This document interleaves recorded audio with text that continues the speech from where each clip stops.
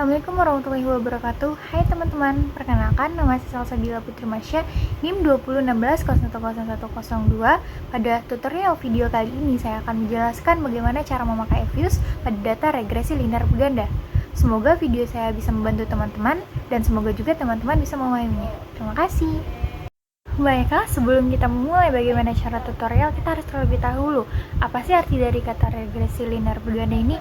Apa sih konsepnya itu?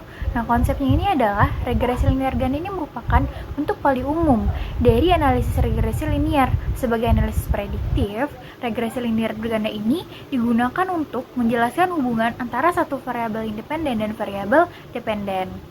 Nah, selanjutnya itu adalah asumsi regresi linear berganda. Apa saja sih dari asumsi regresi linear berganda ini? Nah, yang pertama itu adalah residu regresi harus didistribusikan secara normal. Yang kedua, hubungan linear harus diasumsikan antara variabel dependen dan variabel independen, antara variabel terikatnya dan variabel non terikatnya. Yang ketiga itu adalah residualnya adalah homosedastik dan kita bisa dibilang kira-kira terbentuk persegi panjang. Nah, yang keempat itu adalah tidak adanya multikolonialitas yang diasumsikan dalam model, yang berarti bahwa variabel independen tidak terlalu berkolerasi tinggi. Yang ketiga itu kegunaan regresi linear berganda. Jadi kita harus mengetahui apa sih kegunaan dari regresi linear berganda ini. Yang pertama itu tentu saja dapat digunakan untuk mengidentifikasi kekuatan efek yang dimiliki variabel independen terhadap variabel dependen. Yang kedua itu adalah dapat digunakan untuk memperkirakan efek atau dampak perubahan, yaitu analisis regresi linear berganda, yang mana membantu kita untuk memahami seberapa besar variabel dependen akan berubah ketika kita mengubah variabel independen. Nah, selanjutnya itu yang ketiga, yaitu dapat memprediksi tren dan nilai-nilai di masa depan. Selanjutnya, kebersamaan regresi linear berganda, yang mana persamaan itu tertera di video atas saya. Nah, yang mana itu variabel dependen, pada variabel dependen kita pada ini adalah pertumbuhan ekonomi. Jadi variabel dependen sama dengan konstanta ditambah koefisien 1 dikali variabel 1 ditambah koefisien 2 dikali variabel 2 ditambah bla bla bla bla sehingga seterusnya, yang mana nanti ditambah oleh residual atau error term.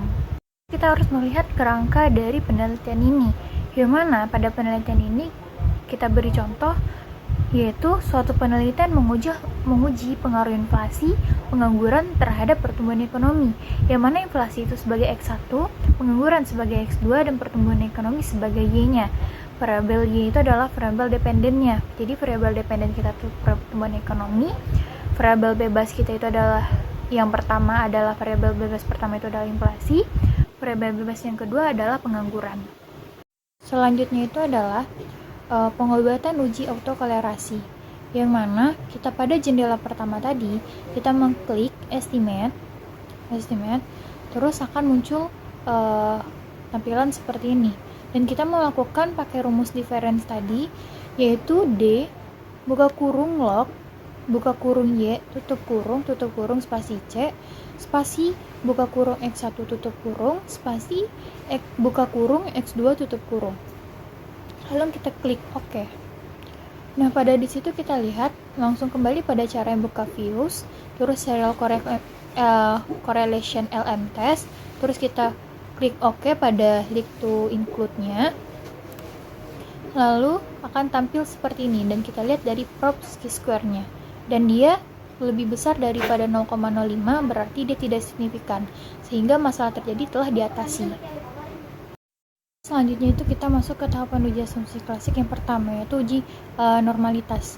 Yaitu pada jendela tersebut kita klik view, terus langsung kita pilih yang residual diagnostis, terus kita pilih opsi yang histogram normality test, maka akan muncul tampilannya seperti ini.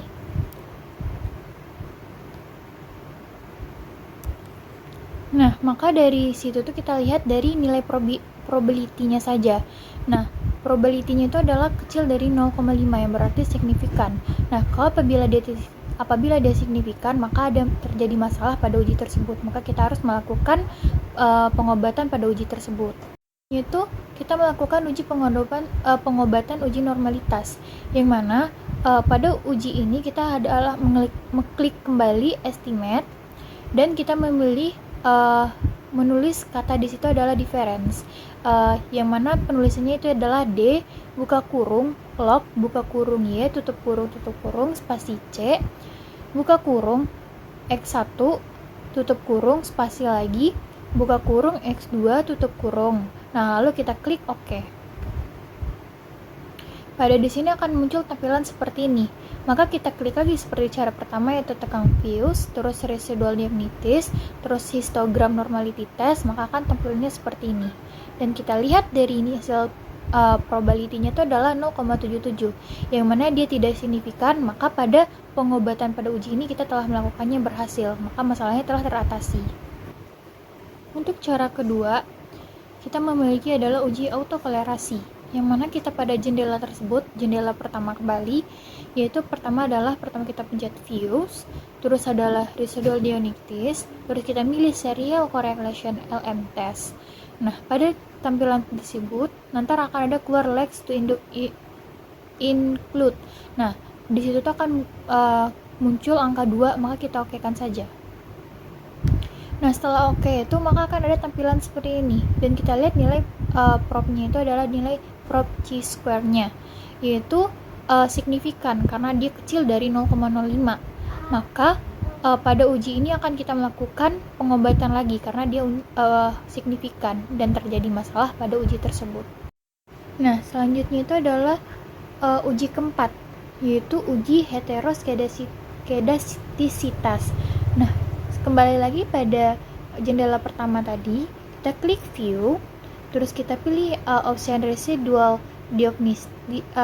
diagnosis, terus kita pilih option yang heteroskedasticity ini, langsung kita klik OK, maka akan tampilannya seperti ini. Nah, dan kita akan pilih pilihan pertama, yaitu yang Breuss Pagan Godfrey, yang test type-nya ini, maka kita klik OK. Maka dia akan kita lihat tampilan seperti ini. Nah, dan kita lihat dari prop chi-square-nya aja, yaitu 0,0860. Nah, di sini nilainya itu signifikan, kecil dari 0,05. Maka kita akan harus melakukan pengobatan pada uji tersebut. Kita akan melakukan uji pengobatan heteroskedastisitas. Kita balik ke jendela pertama itu, kita tekan estimate, terus kita klik data difference tadi yang ada di layar, kita klik itu tersebut, langsung klik OK. Maka akan muncul tampilan seperti ini. Kita klik views, terus kita pilih optionnya residual diagnosis, terus kita pilih option yang heteros ini, langsung akan muncul tampilan seperti ini. Langsung kita klik yang pilihan pertama, langsung kita klik OK.